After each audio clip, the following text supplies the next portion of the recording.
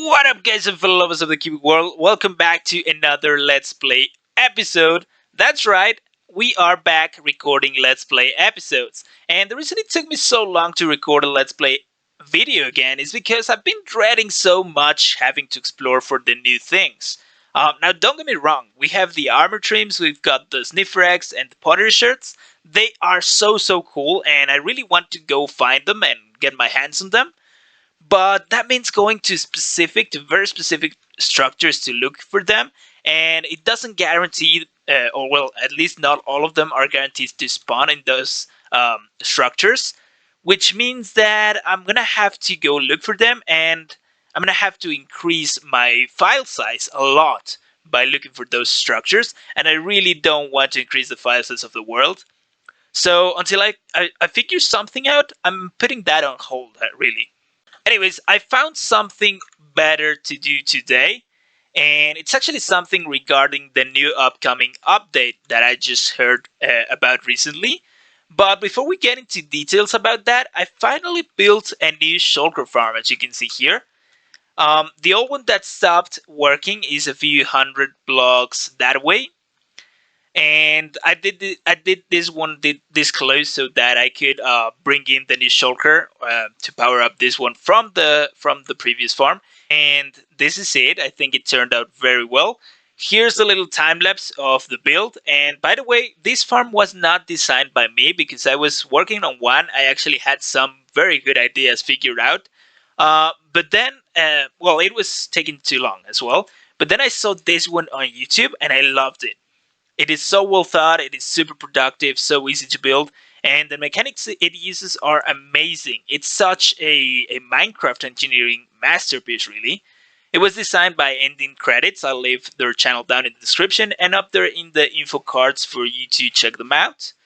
And yeah, then you can see the shulker being placed.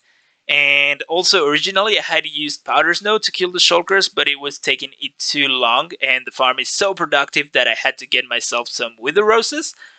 Here's a little clip about how I got those wither roses in a very fun way and a very professional way as well. Here you can see how I did it by using chickens and trapping the wither in the end. It was fun. And now I've been using the farm. It has dealt all of these shulker shells, and we can finally finish our project, the rocket factory. And we'll also be using them in today's project, so let's get into that, I guess. And it is a mega villager trading hall. And it's not gonna be a trading hall per se, because it's not gonna be a hall. It's gonna be like a little town or a city or something like that.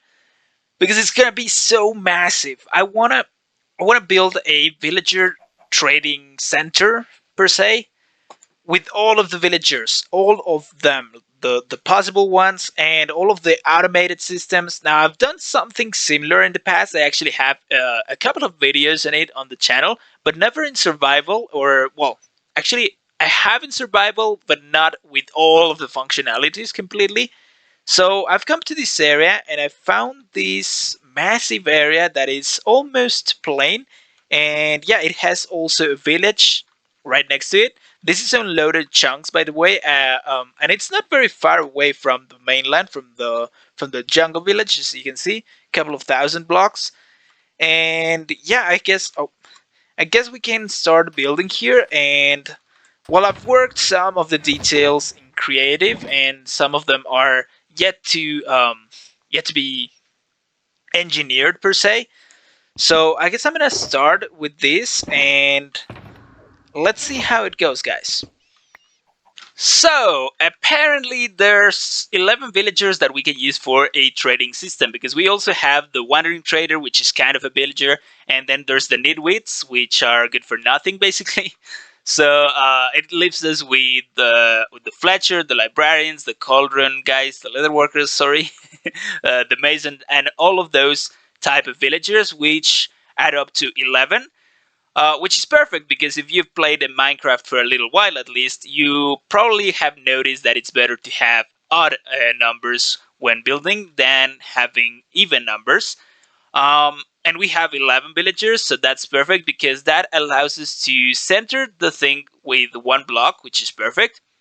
And also, we can build this shape, which I have already done. This is kind of like the basic layout of the little city that we're gonna build. And yeah, this shape is a dodecagon. I think it's pronounced like that. Uh, it has 12 sides, 12 equal sides.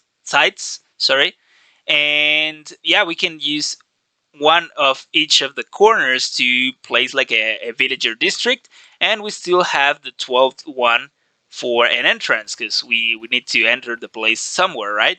And yeah, this is just a placeholder. As you can see, I've built all of this layout with blocks that I can instamine with some tool.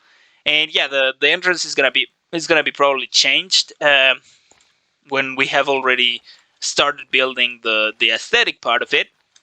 And of course, all of this netherrack is gonna go. As you can see, I've built it a little bit raised from the ground, so it's like 20 blocks up. And that's because I can already foresee that we're gonna have a mess of rails and rail lines down here, and also redstone systems probably. So I prefer to have all of this space down here to build all of that beforehand, and then after it's done, we can cover it up with something to kind of mix it up with the terrain a little bit better. Also here in the center, I think we're gonna have the zombification chamber. I've already worked on that a little bit, so I have a good idea on how to do that. And I think we're gonna work on that right now because it's the easier part, and also it's gonna mark the center, the perfect center of this thing, to have it as a reference when we start building the railings and all that. And I'll probably work on the villagers as well on off camera. Sorry. Once the video is done, because yeah, that takes a long time, and I'm not gonna waste some video time on that. So let's get building the redstone for the zombification chamber, I guess. So I think we'll set up a little workstation here with all of our stuff, our spawn and all that, to start working. And as we work, I want to tell you a little bit more about this project.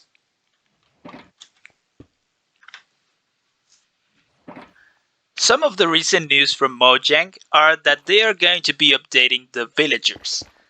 The way I understand it is that now villagers are going to be kind of locational. So, for example, if I want a mending villager, now I will need to go to the swamp to make one. Otherwise, the mending trade will be locked anywhere else. Which, I mean, it's not so bad of a change. It won't depend that much on luck nowadays, and we will have to build massive transportation networks in the nether probably to bring all the villagers to a central location. So, building trading halls is gonna be an interesting task from now on. The thing that I don't like one bit is that you can only get enchanted books of level 3 at the maximum, at most, right? Why do they do it like that? I mean, this may change still, right? After all, they're still in the snapshot phases, so hopefully they'll revert that. But anyways, the project that we've just started is supposed to be able to handle all of the villagers that are available now in the game. That is the villagers with the maximum level enchantments, because why would I want one that sells, I don't know, sharpness 1 if we can have the sharpness 5, right? I will try to include as many automations or options that we can fit into the system, and sure enough, some small room for expansion if needed. But that may be worthless considering the new mechanics, the new kind of awful, kind of interesting mechanics. I mean, I like the part where the villagers are locational, but that about limiting the enchantments, I know they do it so that trades are not so expensive anymore. But still, why? What limited to level 3? It's not that villagers or trading with the villagers is that easy. Anyhow, nowadays. So if Mojang ends up redoing completely the mechanics, then at least we'll have all the villagers already here, and if we need it, we can always build a new trading system. I mean, it's not a problem. I love building them. The project is going to take a while though, and since most of it is tedious trading and choosing the trade, the exact trade that I want, and accommodating villagers and all that, probably most of that part is gonna be made off camera. I will try to include some bits on camera from every now and then, But for now, I will be starting only with some of the basic layout and planning out some of the things and how are we gonna proceed with all of them. Um, so yeah, I mean it's gonna be just the basic part for now, right? And so that's a little bit about how this project is gonna go. Like some of the basic things that um, we're gonna treat on this little session today, and we're gonna advance a little bit more in the future, hopefully. And yeah, hopefully before the update comes out, because as I said, they're in the snapshot phase still, and very early in the snapshot phase. I'm assuming, but you never know with Mojang these days. So yeah, hopefully we can finish it early, I guess. Um, so yeah, so far this is the system that it's basically done already. We are missing the zombie, of course, that is gonna be on top of this wall here. Actually, let's include some glass here at the side so that it cannot escape. That's all right.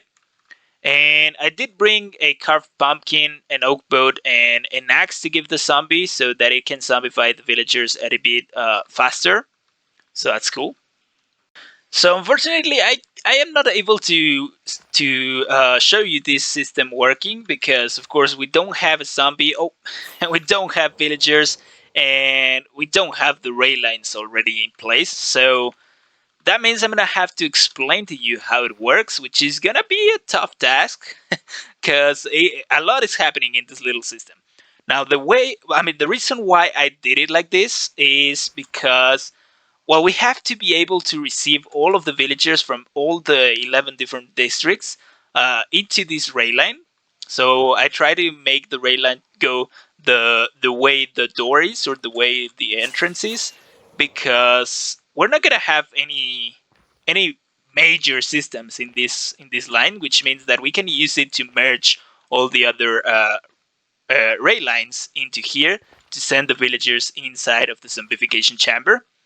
And to get them out, I was debating myself if I should do it on the same way, like through here, or in another way. And in the end, I ended up doing it so that this slime block retracts and the villager falls down, and we can catch it with another rail line, and we can send it off to wherever we want. Like we can have a control panel or something that will choose the way the minecart is gonna take, and we can send it to either one of the districts or to our zombification chamber once again if we want to zombify the villager more than once, or even we can send it outside of the system if we need to transport villagers outside to somewhere else.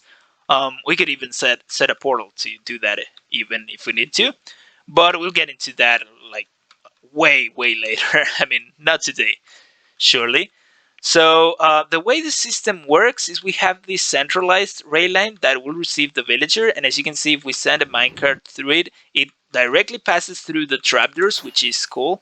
And yeah, the trapdoors are just there so that we can stand there and watch the villager be zombified or cured. So as you can see, the minecart arrives right on top of the slime block. Sorry, right next to the zombie, because as I said, the zombie is gonna be standing on top of this wall, which actually will raise him a little bit, like half a block, so that he is right or barely able to pop his head up here and barely be able to attack the villager. Then the villager is gonna, of course, be here. Kind of, his body is kind of gonna be right through this trapdoor, so it's kind of funny. But that trapdoor is just there so that the zombie cannot escape, and that the potions of weakness that are gonna be dispensed with this dispenser can have something to touch before kind of like flowing all through here. Of course, they're gonna still be able to touch the villager, but still, I wanted the trapdoor there so that it was easy to contain the zombie, right? So the villager is gonna arrive, and villagers in minecarts on top of rails are a little bit tall, so a little bit taller than 2 blocks high, which means that they're gonna be able to barely just touch that string over there. So that string is going to be detected by the observer, which will cause the first update when the villager arrives. The first update will retract this observer, will retract this other observer, and that's basically it. It's not going to do anything else. Then the second update is gonna be caused when the zombie attacks the villager and kills it and turns it into a zombie villager. Zombie villagers can actually sit inside the minecarts. They're not standing like villagers, which means that it will bring the height a little bit lower so that string is not gonna be able to be touched by the zombie villager anymore. And that causes the second update. The second update extends this piston. It sends a signal from this observer into this rail line, and of course it's detected by this line of observers and sends a signal to this piston, which extends and leaves this slab in here. That will cover the face of the zombie so that the zombie cannot see the villager anymore once it's cured, and that way we don't get a double zombification if we don't want to, right? So that's the second update. The third update, well, it happens after a while because the second update will leave the zombie villager here in place, right? But it has to wait for us to cure him because it cannot be cured automatically because we have to give him golden apples, which means that we have to come here, we have to stand here. We're gonna press this button. This dispenser will fire and shoot a weakness potion into the villager, and this dropper will drop an apple, a golden apple, which we're gonna catch, and we're gonna right click the villager with it so that the conversion starts happening, right? The conversion lasts around 3 to 8 minutes. I'm pretty sure. I don't remember exactly the amount of time it lasts, but around 3 to 8 minutes, I think the curation process takes. So we're gonna have to wait for that, and we can actually go to other places to trade with villagers or whatever, because the system is still automated, right? So it's gonna detect when the zombie has been cured. The villager is gonna be tall again, so it's gonna touch the string once again, and it's gonna create the third update. The third update will retract this observer once again. It will extend this piston, and this observer will touch this block in the same position as it is right now. It's gonna send a pulse to this piston, and it's gonna retract the piston, which means that the villager is gonna be free to fall down and be catched by any of the railings that we have down below. So that's how we extract villager, and when it falls down, it's gonna stop touching the string, which will cause the fourth update, and it will reset the whole system by extending this observer once again and sending a pulse so that this slab is retracted and the zombie is able to see any of the villagers that arrive into the system once again. So yeah, it's a complex system, but it works a charm, and it did take me a while to design, but just because it's so compact, I tried to make it as compact as I could, and I think it turned out pretty good.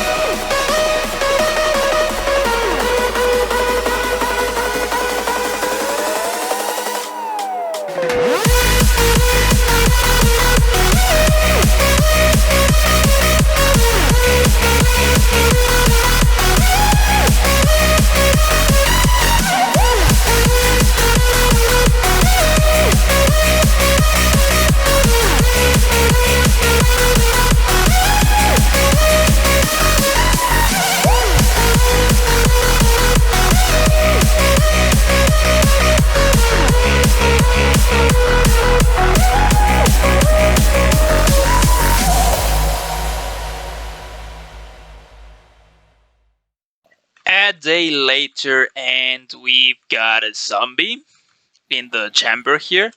And we've also got the first district. Of course, decoration comes afterward because, yeah, it's not looking the greatest right now. I've used only normal glass, which is obviously awful. It's so ugly. I've used some temporary blocks that we can insta-mine later when we install the floor and all that. Um, and yeah, I've used some deep slate for the redstone, but we can also change that in the future. These are all placeholder items, of course, except for the redstone. The redstone is already done, and it's actually working. So this is how every district is gonna be. It's gonna have the same shape. This is gonna be the one of the librarians. I decided that it's gonna be aligned with the entrance of the thing.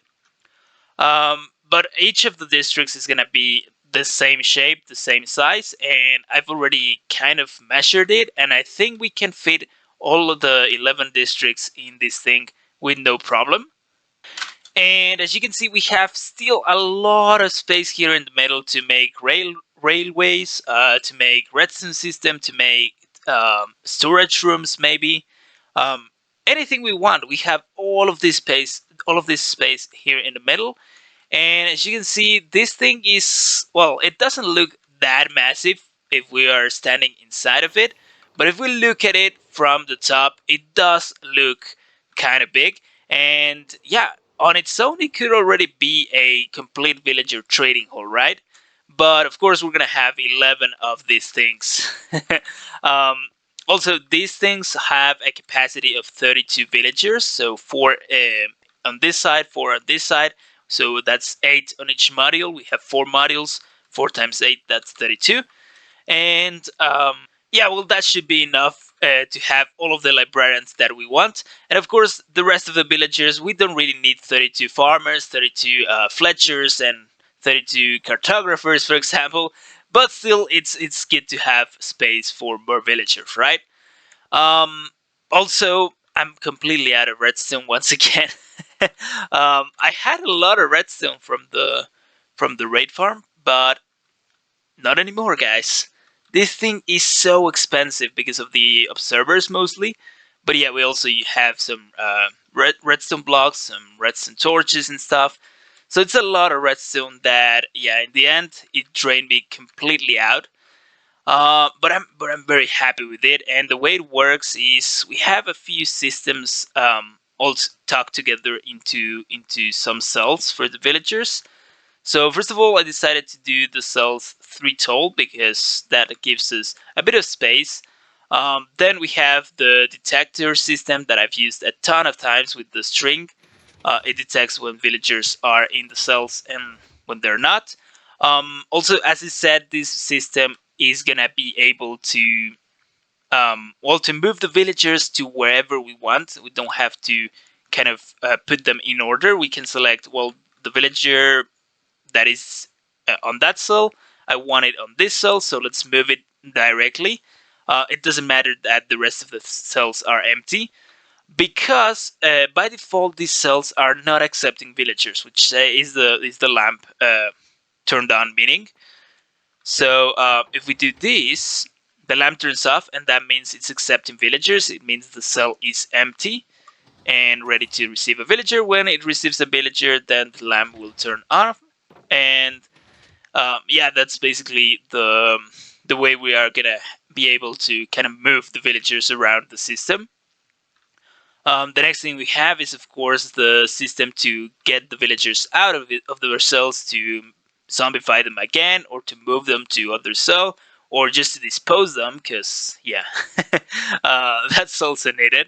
So if we want to do that, we click the node block that's right next to the trapdoor, and as you can see, the trapdoor moves just for a little second there.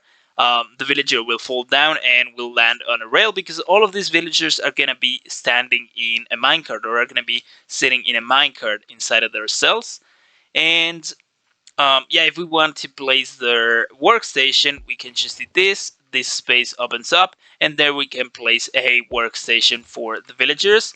I include that system because otherwise it would look so awful if we didn't have those blocks in place when no villager is in the cells. But that's about it, I think, for now. We also are using some trapdoors here because I want to be able to throw all of our goods that we are trading with the villagers down, and I want to collect them all in a storage room.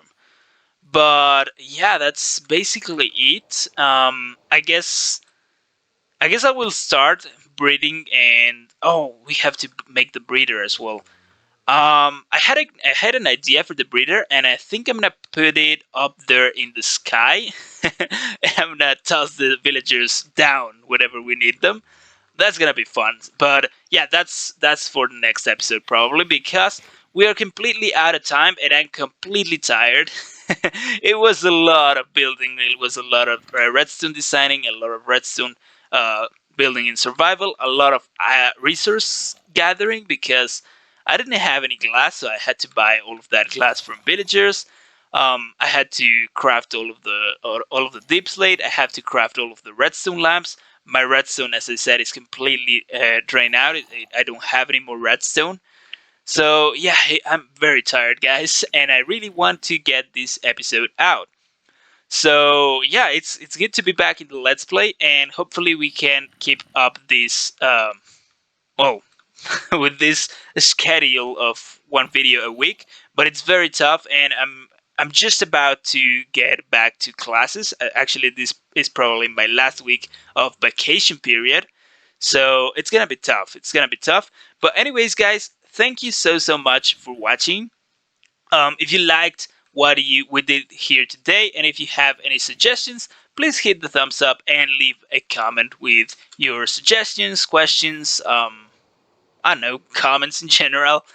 And yeah, I will read them. I really appreciate it. And thank you so much for watching. I'll see you in the next one. Also, don't forget to subscribe if you haven't done so for some more content like this. And yeah, I'll see you in the next one. Have a great week and goodbye.